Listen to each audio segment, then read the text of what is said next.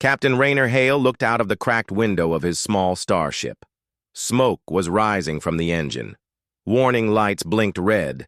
The ship was falling fast toward a green and wild jungle planet below. "This is not how I planned my day," he said, gripping the controls tightly. He had been on a mission to deliver medical supplies to a small colony nearby. But something went wrong with the engine, and now he was crashing on an uncharted planet. He pushed every button he could, trying to guide the ship to a safe landing. The ship hit the trees hard. Metal screamed, glass shattered. The world turned sideways. Then, silence. Raynor opened his eyes. His shoulder hurt, and blood ran down his arm. But he was alive. The ship was damaged, but not destroyed. He grabbed his pack, a laser cutter and a few food rations. He had to find help, or at least shelter. The jungle outside was loud. Strange birds flew over his head. Giant trees reached into the sky. The air smelled like wet leaves and burning metal. Raynor walked carefully, looking for any signs of danger or other life. Then he heard it. A small, soft cry. He turned. Behind a bush, something was hiding. He stepped closer and gently moved the leaves aside. It was a cub, but not like anything he had seen before. It had silver fur, golden eyes, and small scales along its back. It looked like a mix of a lion, a dragon, and something else. It was shaking and bleeding from a wound on its leg. Raynor knelt beside it. "Easy now," he whispered. "I won't hurt you." The cub stared at him. It didn't move. Raynor reached into his pack and pulled out a protein bar. He unwrapped it and held it out. The cub sniffed. Then, slowly, it crawled forward and took the food. It chewed carefully, never taking its eyes off him. "That's it," he said. "Eat up." Raynor cleaned its wound with water and wrapped it using a bit of cloth from his sleeve. He stayed with the cub for hours, watching it rest. Night came. The jungle grew dark. Strange noises filled the air. Raynor made a small campfire near his ship. He placed the cub in a warm blanket and gave it more food. It seemed to trust him now. Its eyes were calm. "I'll call you Kayla," he said, smiling. "You look like a fighter." Days passed. Raynor worked on fixing the ship. It was slow work, and he had limited tools. But each day, Kayla stayed by his side. She followed him, watched him, and learned. He showed her how to use tools, how to light a fire, and even how to press simple buttons. She was smart, very smart. One evening, as he sat by the fire, Raynor played a recording from Earth. It was music, soft and peaceful. Kayla listened closely. She tilted her head and let out a low sound, like a hum. It was the first time she had made a noise like that. "You're not just an animal," Raynor said. "You understand."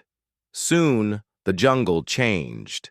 Strange ships were spotted in the sky. Raynor used his scanner and found signs of movement, large groups, heavy weapons. The tribal Zarathi were returning to the region. They were known to be violent and feared weakness above all. Raynor knew he couldn't stay. The rescue beacon finally connected to a passing patrol. Help was coming, but not fast enough. He had one hard choice to make. He could not take Kayla with him. If the Zarathi found out, they might hunt her. And the human ship would not allow a dangerous alien species on board. He built a small hidden shelter deep in the jungle, using parts from his ship. It had food, water, and his data logs. He filled it with lessons, books, recordings, and survival tools. He led Kayla to the shelter on the final day. "I'm sorry," he said, kneeling before her. "I have to go, but I promise I will return." Kayla looked at him with sad eyes. She did not cry, but she didn't stop him either. She seemed to understand. Raynor placed his hand on her head. "Stay strong, Kayla." Then he left. The rescue ship arrived and took him away. He watched the jungle disappear from the window, heart heavy. What he didn't know was that the cub he fed and left behind would grow into a legend, a leader, an empress. The galaxy would never be the same again. Years had passed since Captain Raynor Hale left. His ship never returned, but Kayla never forgot him. She still lived in the small shelter he built, hidden deep in the forest, safe from the cruel Scifi warlords. Kayla was no longer a small cub. She had grown into a tall, strong, and graceful being. Her silver fur had turned darker, with shining gold marks across her face and shoulders. Her golden eyes were calm but sharp. She was not just a survivor, she was something more. Every day, Kayla listened to Raynor's old recordings. They taught her about language, science, history, and strategy. She studied human stories about courage, teamwork, and leadership. She trained her body to be faster, stronger, and smarter. She learned how to hunt, build tools, and protect herself. But Kayla's heart was not cold. She still remembered the kind voice of Raynor, the man who gave her food when she had nothing. She remembered the soft music he played at night and the warmth of the fire. "I will become something great," she whispered to herself one morning. "Not for revenge, for the future." One day, while searching for food near the river, Kayla heard a sharp cry. She ran through the trees and found a young Scifi male, badly hurt. He had burns on his chest and a broken leg. His weapon was broken beside him. He looked at her in fear. "Don't hurt me," he said weakly. Kayla said nothing. She slowly knelt beside him and gave him water. Then she lifted him onto her back and carried him to her shelter. The boy's name was Taran. He had been cast out by his clan for refusing to follow a cruel order. He refused to burn down a peaceful village. His clan called him weak, but Kayla called him brave. She treated his wounds using human knowledge. She gave him food and shared stories of Raynor and Earth. Taran listened in silence, amazed by her wisdom. "You're not like the others," he said. Kayla smiled. "Maybe we can build something new." Taran stayed. He helped her gather supplies and repair old machines. Slowly, others like him began to find their way to Kayla's hidden home. Outcasts, thinkers, broken warriors, and even young Scifi. With no place to go, Kayla taught them all. She became their guide, their teacher, and their protector. She showed them how to fight with honor, how to speak with peace, and how to think with reason. She used stories from Earth to explain ideas, teamwork like ants, patience like rivers, and strength like mountains. Within 5 years, her group grew into a small village. They built homes from metal and stone. They used solar panels from Raynor's ship to power lights. They even learned how to grow simple crops. They named the village Ravana, meaning hope in the dark in the Scifi tongue. But not all were happy. Old clans began to whisper about the jungle ghost, the silver warrior who taught peace. Warlords called her a curse, a threat to their rule. They sent spies to watch her. Kayla did not hide. One evening, Kayla stood before her people. "Let them come," she said. "We will not fear them. We will prepare. We will show them a better way." She began training everyone in the village. She taught them how to fight using both human and Scifi methods. She used traps, tactics, and terrain to defend their land. They built watchtowers and learned how to move silently through the jungle. When the first war party arrived, they expected a quick win. Instead, they were defeated without a single death. Kayla used smoke, noise, and traps to confuse them. She surrounded their leader and forced a surrender. But she didn't kill them. She fed them. She gave them water. Then she let them go. The captured soldiers returned to their warlords with stories of a strange leader, one who fought hard but showed mercy, one who spoke like a human and moved like a ghost. Many laughed, but some began to wonder. In the years that followed, Kayla's name spread beyond the jungle. Other small villages, tired of war, sent messengers. They asked for help. They wanted to learn from her. Kayla welcomed them all. She created a network of hidden villages, each following the same rules: protect the weak, speak the truth, and never attack first. These places became safe homes for the forgotten, the broken, and the lost. Kayla was no longer just a leader of one village. She was becoming something greater. Kayla stood at the top of the cliff, looking down at the jungle below. Her eyes were sharp. Her silver armor reflected the sunlight. Behind her stood warriors from many tribes, Zarathi of all colors and shapes, once enemies, now allies. The wind carried the smell of war. 3 powerful warlords had joined forces. They called themselves the Blood Ring, and they were coming to destroy Kayla and her peaceful villages. They said her ideas were weak. They believed only the strong should rule. Kayla knew this battle would decide everything. Her second-in-command, Taran, stepped beside her.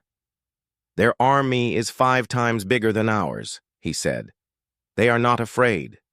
Kayla nodded. "But we are ready. They use fear. We use unity. That is stronger." For days, Kayla and her people had prepared. They built hidden trenches, raised barriers, and planted traps. Villagers trained to fight, not with hate, but with purpose. Young and old stood together. Kayla remembered the lessons Raynor had left her. She read about great Earth generals, how they used the land, the weather, and the minds of their enemies to win. Now it was her turn. The Blood Ring arrived with roaring ships and loud drums.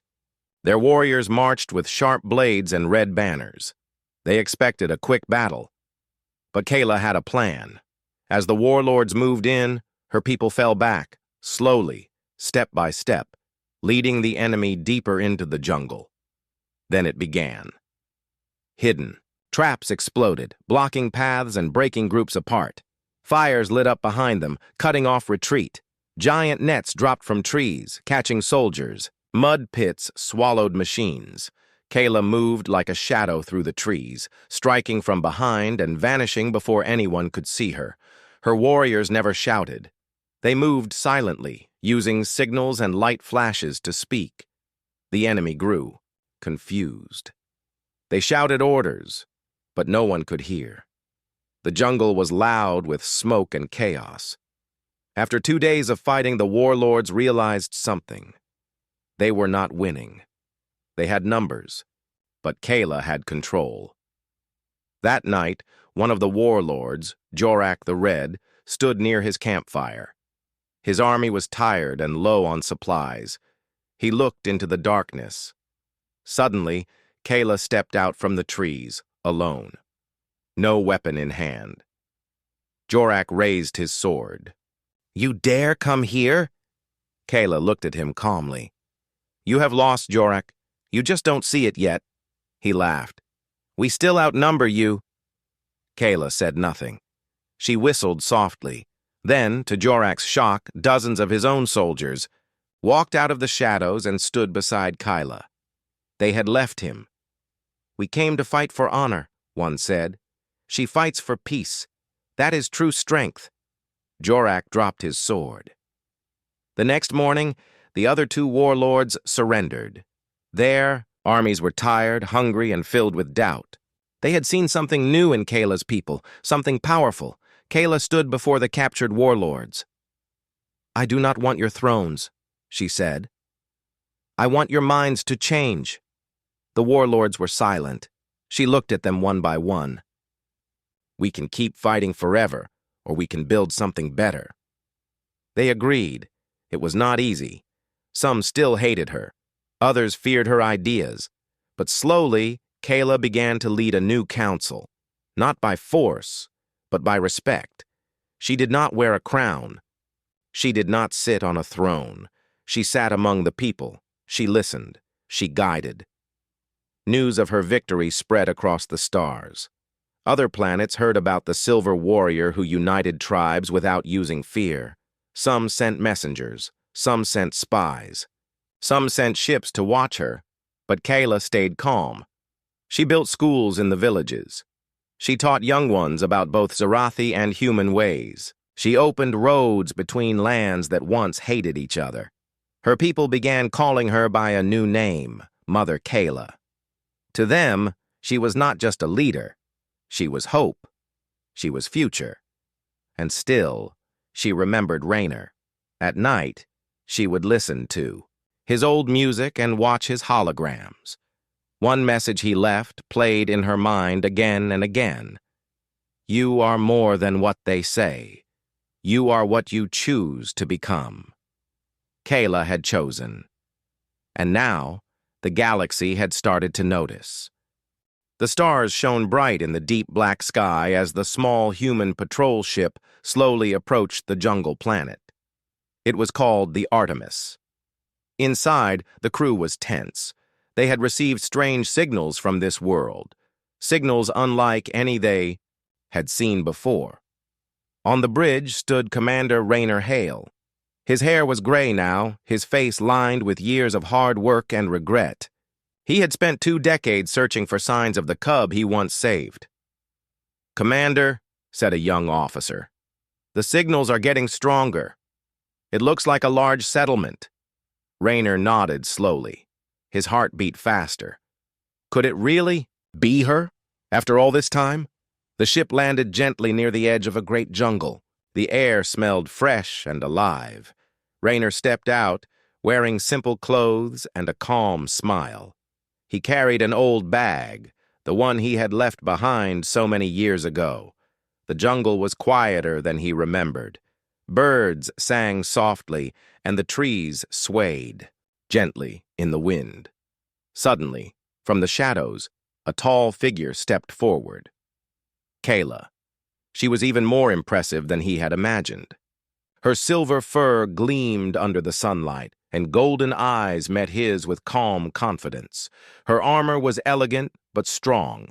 Around her stood hundreds of warriors and villagers from many worlds, Zarathi, humans, and others he did not recognize. Raynor. "Hale?" Kayla said softly, bowing her head slightly. Raynor's eyes filled with tears.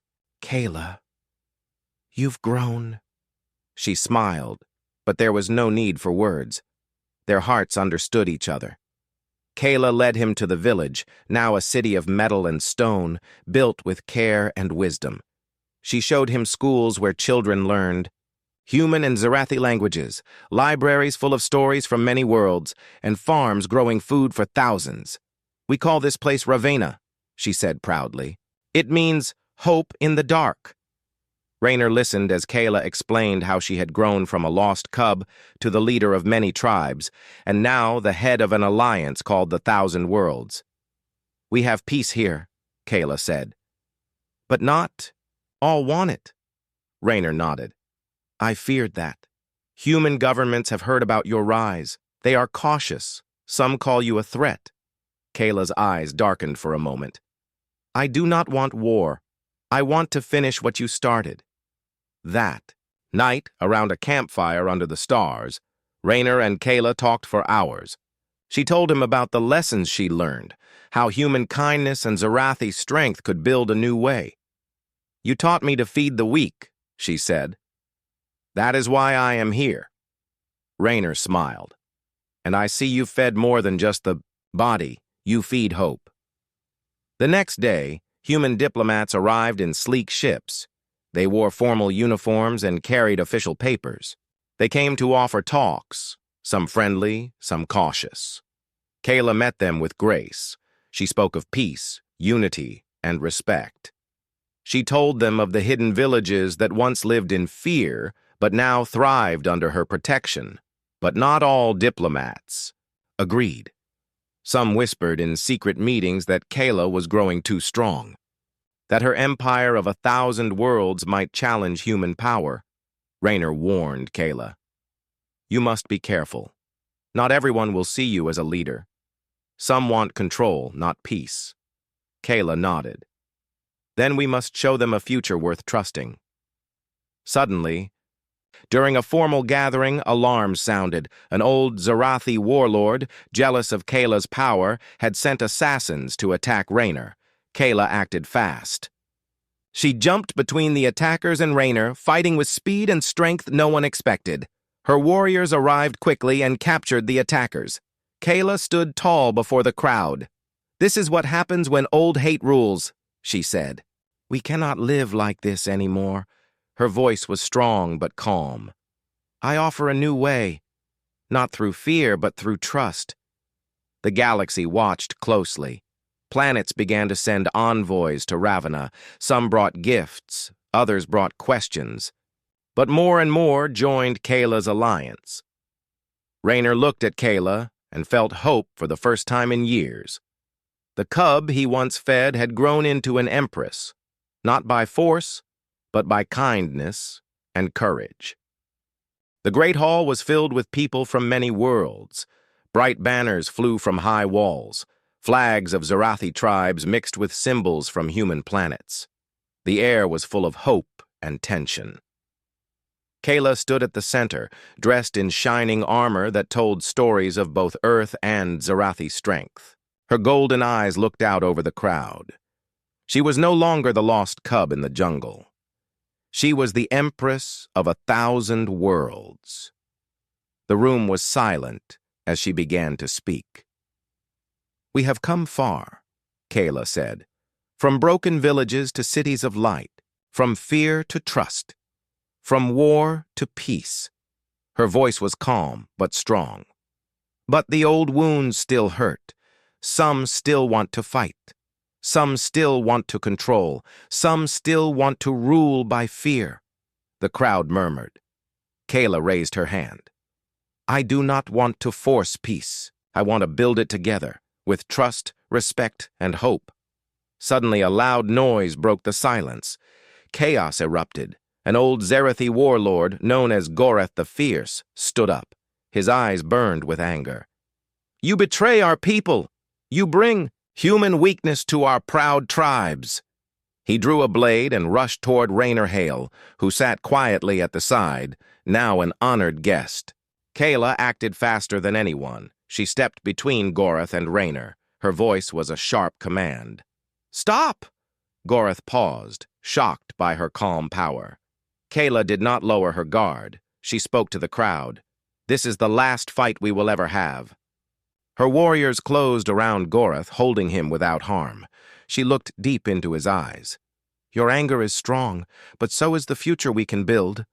Goreth lowered his blade. The hall grew quiet again. Kayla turned back to the crowd. "We will make a new law," she said. "One that protects the weak and honors the strong. One that lets all voices be heard." She called it the Galactic Charter. It promised freedom for all, no matter their world or species.